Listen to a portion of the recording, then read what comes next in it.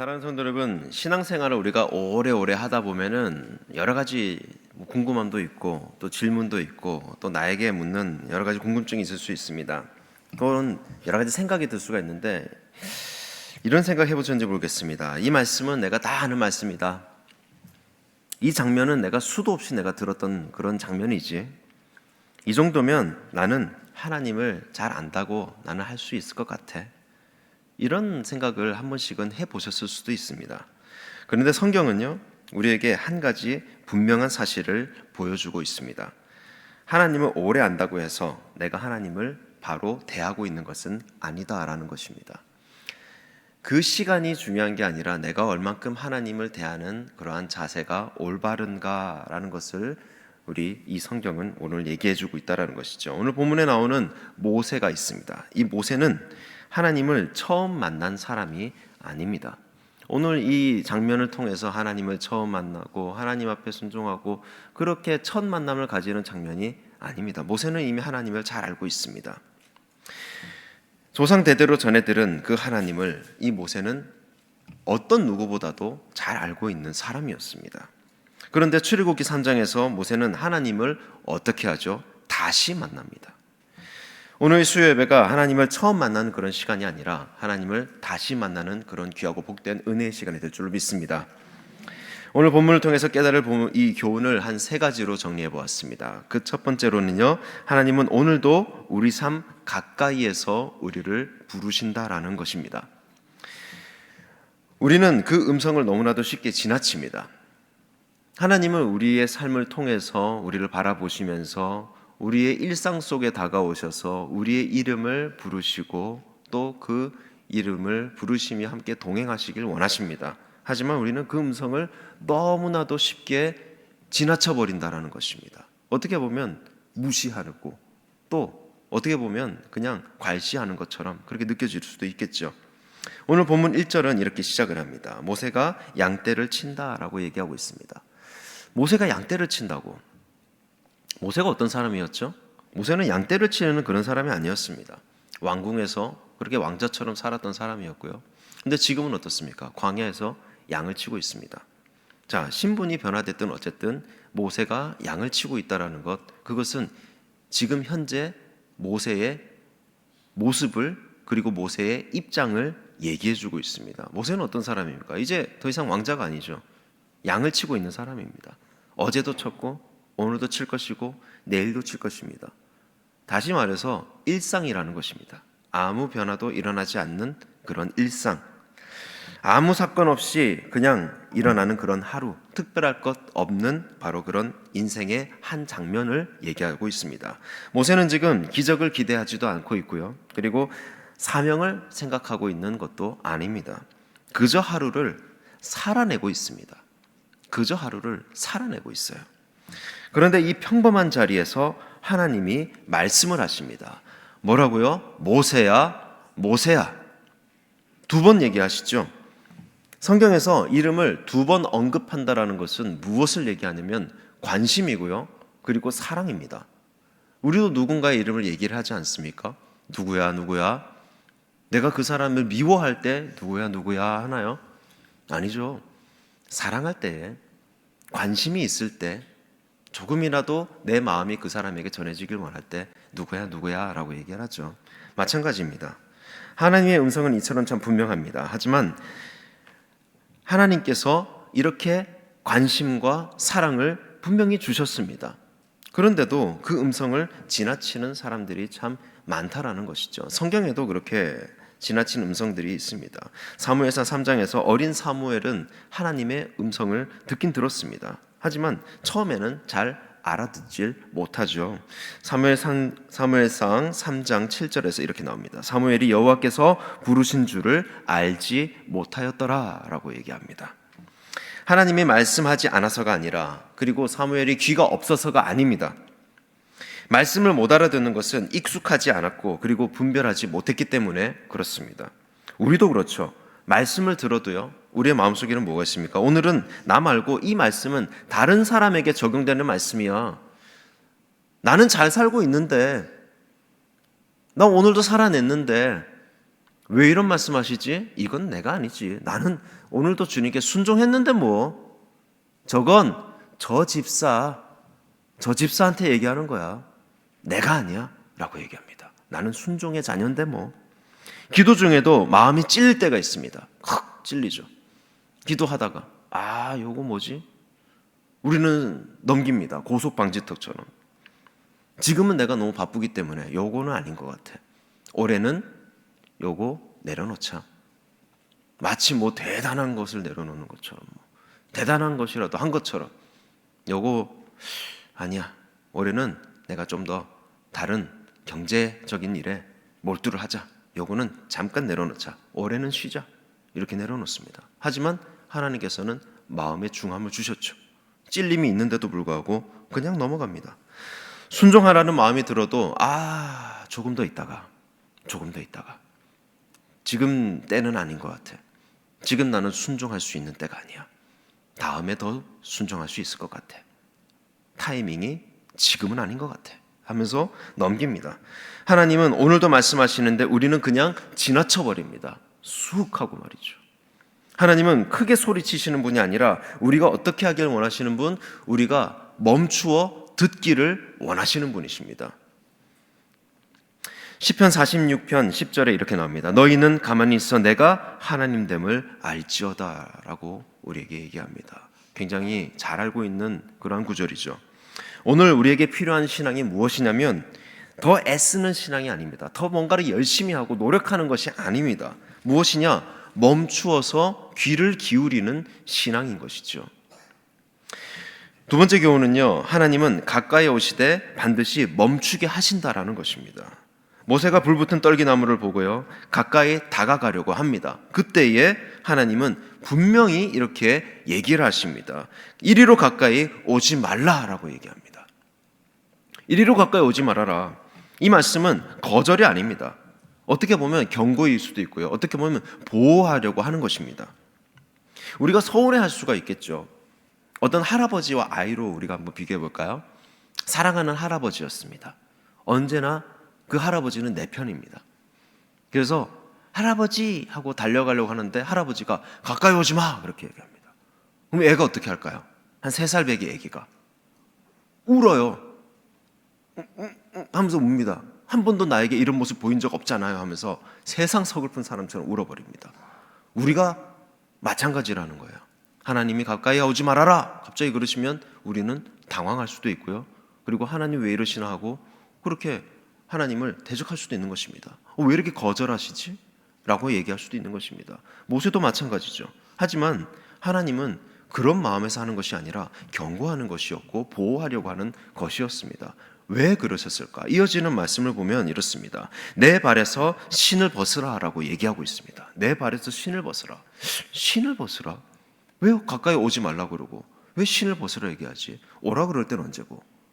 신을 벗으라는 것은 무엇일까? 하나님은 모세에게 능력을 요구하는 하나님도 아니었고요, 그리고 공로도 묻지 않으십니다. 하나님이 모세에게 요구했던 것은 무엇이냐면 바로 태도였습니다. 태도를 요구했던 것입니다. 근데 태도와 신발을 벗는 게 무슨 상관이 있을까? 신발은 내가 살아왔던 그러한 방식, 그리고 나의 경험, 내가 편안해하는 그러한 자세를 얘기합니다. 즉 나에게 익숙함을 얘기하는 것이죠.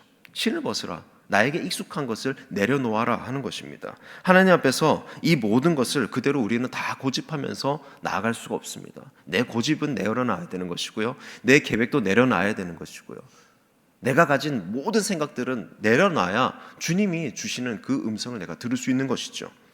왜냐하면 하나님은 내 방식 위에서 역사를 하시는 것이 아니고 하나님 방식 위에 역사를 하시는 분이기 때문입니다. 성경 속에 분명한 이 예가 있는데요, 여호수아 5장을 보면은 여리고 전투를 앞둔 그 여호수아에게 여호와의 군대 대장이 나타납니다. 내 발에서 신을 벗으라라고 그렇게 얘기하는 음성을 들었습니다. 여호수아는 이미 지도자입니다. 전쟁 경험도 많고요, 그러나 하나님은 전략을 묻는 하나님이 아니었습니다. 다 알고 계시죠. 하나님이 여호수아를 모르겠습니까? 다 알고 있죠. 하지만 먼저 신을 벗게 합니다. 신을 벗는다라는 것, 이렇게 고백하는 것일 수도 있습니다. 하나님, 제 경험보다 주님의 말씀이 옳습니다 라는 것이죠. 하나님 나에게도 계획이 있고요. 하나님 나에게도 작전이 있고, 하나님 나 머리 좋습니다. 나도 경험이 있잖아요. 하나님 나도 저 친구보다 나 똑똑해요. 나 경험도 많아요. 그리고 이 분야에서는 나 따라올 사람 없습니다.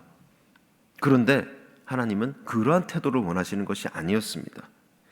나의 경험보다 주님이 들려주시는 그 음성에 멈추어 서서 그 음성에 순종하기를 원하시는 분이 바로 하나님이셨다라는 것이죠. 이것이 무엇입니까? 이것이 진짜 순종인 것입니다. 나의 모든 것들을 내려놓는 그러한 마음들, 예수님의 제자들처럼 말이죠. 모든 것들을 내려놓고 예수를 따르는 그런 순종의 자세. 세 번째 교훈은요, 하나님을 바로 만난 사람은 자세와 마음이 달라진다라는 것입니다. 하나님이 자신을 소개한 후에 모세의 반응은 이었습니다. 모세가 하나님 배웠기를 두려워하여 얼굴을 가렸다라고 성경은 오늘 얘기하고 있습니다. 얼굴을 가렸다. 이 두려움은 벌 받을까 무서워하는 그런 두려움이 아니라 경외하는 두려움입니다. 경외하는 두려움. 얼굴을 가렸다라는 뜻이 과연 무엇일까요? 부끄부끄? 하나님 보기에 부끄부끄? 다가와? 하나님 나는 부끄러워서 못 다가가겠어요. 얼굴이 빨갛게 달아오릅니다. 그게 아니죠. 얼굴을 가렸다라는 것이 뭐냐면 내 주장, 내 확신, 그런 것들을 의미합니다. 그럼 가렸다라는 것은 무엇입니까? 내 주장과 내 확신이 있지만 그걸 내려놓는다라는 것이죠. 주님 앞에. 내 생각보다 하나님이 더 크시기 때문에 그렇습니다. 나의 계획보다 하나님의 계획이 더 방대하시기 때문에 그렇습니다. 내 계획이 뭐가 있습니까? 돈 좀 더 많이 버는 거, 내가 좀 더 편하게 살아가는 거, 내 자녀가 좀 더 높은 지위에 오르고 좀 더 형통하게 살아가는 것, 그 형통이 주님이 말하는 형통과도 다를 수 있는 것. 그런데 하나님이 하시는 계획은 무엇일까요? 구원 계획입니다. 구원 계획. 영혼을 살리는 계획.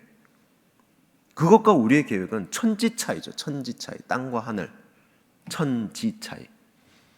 어마어마한 차이입니다. 어마어마한 차이. 그걸 우리는 모르는 채 우리 계획을 꽉 쥐고 살아가고 있다는 거예요. 뭐 대단한 계획이라고. 이사야 6장에서 천사들도 하나님 앞에서 얼굴을 가립니다. 하나님 앞에서 우리는 내 주장과 내 확신을 반드시 내려놓아야 한다는 것이죠. 그러면 하나님 앞에 나의 믿음이 아주 깊어집니다.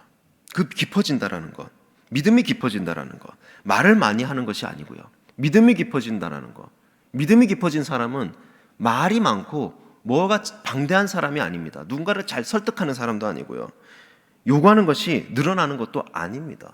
뭐냐면 침묵할 줄 아는 그런 믿음을 가진 사람입니다. 진중한 사람이죠. 그리고 무엇보다 기다릴 줄 아는 믿음을 가진 사람입니다. 그리고 하나님 앞에 설 줄 아는 그러한 믿음을 가진 사람이다라는 것이죠. 사랑하는 성도 여러분, 오늘 말씀은 우리에게 감동만 주고 끝나는 그러한 말씀이 아닙니다. 분명한 방향을 제시해 주는 그러한 은혜의 말씀인 것이죠. 오늘 하나님은 우리에게 이렇게 묻습니다. 지나치던 음성 앞에 멈추길 바라고요. 그리고 익숙한 태도에서 신을 벗길 바라고요. 그리고 하나님 앞에 다시 서길 바라는 것입니다.